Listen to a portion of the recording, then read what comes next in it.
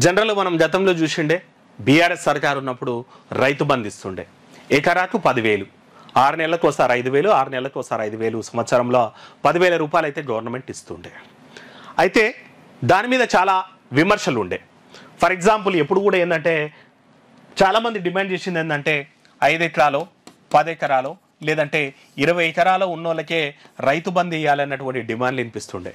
కానీ గత సర్కారులో 1000 ఎకరాలు ఉన్నా సరే రైతు బంధు పడ్డది, 10,000 ఎకరాలు ఉన్నా సరే రైతు బంధు పడ్డది, రోడ్డు పోయినా సరే ఆ రోడ్డు కూడా రైతు బంధు పడ్డది, రియల్ ఎస్టేట్ వెంచర్ వేసినా సరే రైతు బంధు పడ్డది. చివరికి ఇంజనీరింగ్ కాలేజెస్లో ఉన్న ల్యాండ్స్ కూడా, అంటే ఇంజనీరింగ్ కాలేజ్ ఉండని, మెడికల్ కాలేజ్ ఉండని, లేదంటే ఏదో కమర్షియల్ బిల్డింగ్ ఉండని, లేదంటే విల్లాస్ ఉండని, ఆ పొలాలకు కూడా రైతు బంధు పడ్డది అనేటువంటి విమర్శలు ఉండే. ఈ నేపథ్యంలోనే రేవంత్ సర్కార్ ఏం చెప్పిందంటే మేము వచ్చిన తర్వాత రైతు భరోసాకి విధి విధానాలు చేస్తాం, సంవత్సరానికి 15,000 రూపాయలు కూడా ఇస్తామన్నటువంటి మాట కూడా చెప్పిండే. అయితే ఆల్రెడీ మనకు ఈ గవర్నమెంట్ వచ్చేసి నవంబర్లో ఓ సీజన్ ఓ పంట అయిపోయింది, ఇప్పుడు ఇంకో పంట రన్ అవుతుంది. ఈ గవర్నమెంట్ వచ్చినాక రెండో పంట కూడా నడుస్తుంది. ఇప్పటి వరకు కూడా రైతు బంధు ఇవ్వలేదన్నటువంటి విమర్శ ఈ ప్రభుత్వం మీద అయితే ఉంది. సో దానికి ఇంకా విధి విధానాలు అయితే ఖరారు కాలేదు. ఫైనల్గా గవర్నమెంట్ ఏం కన్క్లూజన్కి వస్తుందంటే పంట వేసే రైతులకే రైతు భరోసా అన్నటువంటిది అన్నదాతల అభిప్రాయ సైతం ఇదే అన్నటువంటిది. మొత్తం మీద తెలంగాణలో కొత్త ప్రభుత్వం వచ్చిన తర్వాత, కాంగ్రెస్ ప్రభుత్వం వచ్చిన తర్వాత ఆనాటి రైతు బంధు మీద వచ్చినటువంటి విమర్శల్ని పరిష్కరించడానికి, ఆనాటి సమస్యలు పరిశీలించడానికి, లేదంటే రైతులు ఏమనుకుంటున్నారో అన్నటువంటి దానికోసం జిల్లాల వారీగా మేధావులతోటి, రాజకీయవేత్తలతోటి, రైతులతోటి, రైతు సంఘాలతోటి కూడా మీటింగ్లు ఏర్పాటు చేసింది. ఈ మీటింగ్లలో వచ్చిన కన్క్లూజన్ ఏందయ్యా అంటే ఎవరైతే పంట వేస్తున్నారో వాళ్ళకు మాత్రమే రైతు భరోసా ఇస్తే నిధులు దుర్వినియోగం కాదు, ప్రభుత్వం మీద బాడేను కాదు, నిజమైన రైతుకు అర్హత లభిస్తుంది అన్నటువంటి మాటలు కూడా.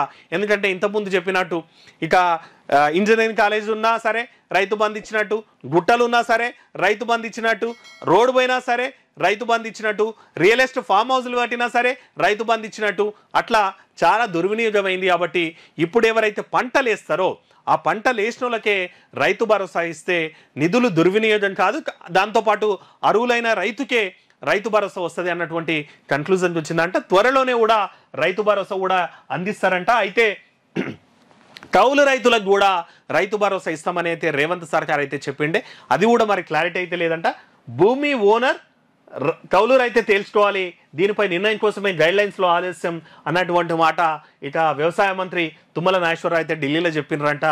ఇక ఇక్కడ కూడా కొంచెం ఇష్యూ వచ్చేటువంటి అవసరం ఉంటుంది.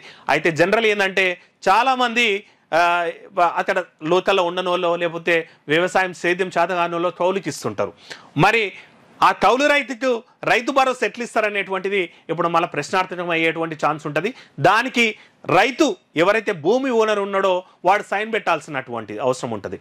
ఎందుకంటే వానికి ఎకరాకి 15,000 రూపాయలు వస్తుంటే ఇక్కడ కౌలు ఇస్తే 5,000 రూపాయలే వస్తుంది. ఓలా వానికి కౌలు ఇస్తే కౌలుకి ఏమవుతుంది, 5 ఎకరాలు ఇస్తే ఎంత 25,000 రూపాయలే కౌలు ఇస్తాడు. కానీ రైతు అనేటోడు 75,000 రూపాయలు కూడా లాస్ అయ్యేటువంటి అవకాశం ఉంటుంది. కాబట్టి మరి ఆ దానికి కౌలు రైతుకు రైతు భరోసా ఇచ్చేటందుకు మరి రైతు ఒప్పుకుంటాడా అనేటువంటిది కూడా చూడాలి. భూమి ఓనర్ ఎందుకు ఒప్పుకుంటాడు? రెండోది ఏంటంటే ఇప్పుడు చట్టాలు కూడా ఏంటంటే 10 ఏళ్ళు 12 ఏళ్ళు విడుదుంటే మళ్ళీ వానికే వచ్చే అవకాశం ఉంటుంది. ఒకవేళ మనం ఇప్పటికే చాలాసార్లు చూస్తుంటాం ఇట్లా ఇంట్లో ఉన్నట్టు అగ్రిమెంట్ చేసుకొని ఓ 10 ఏళ్ళు కరెంటు బిల్లు వాని పేరు మీద జనరేట్ చేసుకొని రేపు నాది ఇల్లు అనేటువంటి సందర్భాలు ఉంటాయి. రేపటి నాడు కూడా ఓ 10 ఏళ్ళు వాడే కౌలు చేసి 10 ఏళ్ళ నాడు 10 ఏళ్ళ నుంచి నాకే కౌలు పడుతుంది, నేనే దున్నుతున్నా, నాదే పొలం అనేటువంటి లొల్లి చేసేటువంటి అవకాశం ఉంటుంది. రెండోది ఏంటంటే ఎకరాకి కౌలు 5,000 ఇస్తాడు, ఇక్కడ గవర్నమెంట్ 15,000 ఇస్తుంటుంది. అప్పుడు వాడే సేద్యం చేసుకునేటువంటి అవకాశం ఉంటుంది. మరి కౌలు రైతులతోటి అసలు రైతులకైతే అసలు భూమి ఓనర్లకు కూడా లొల్లొచ్చేటువంటి అవకాశం ఉంటుంది. కాబట్టి మరి ప్రభుత్వం దాన్ని ఎట్లా పరిష్కరిస్తుంది అనేటువంటిది తెలియాల్సినటువంటి అవసరం అయితే ఉంది.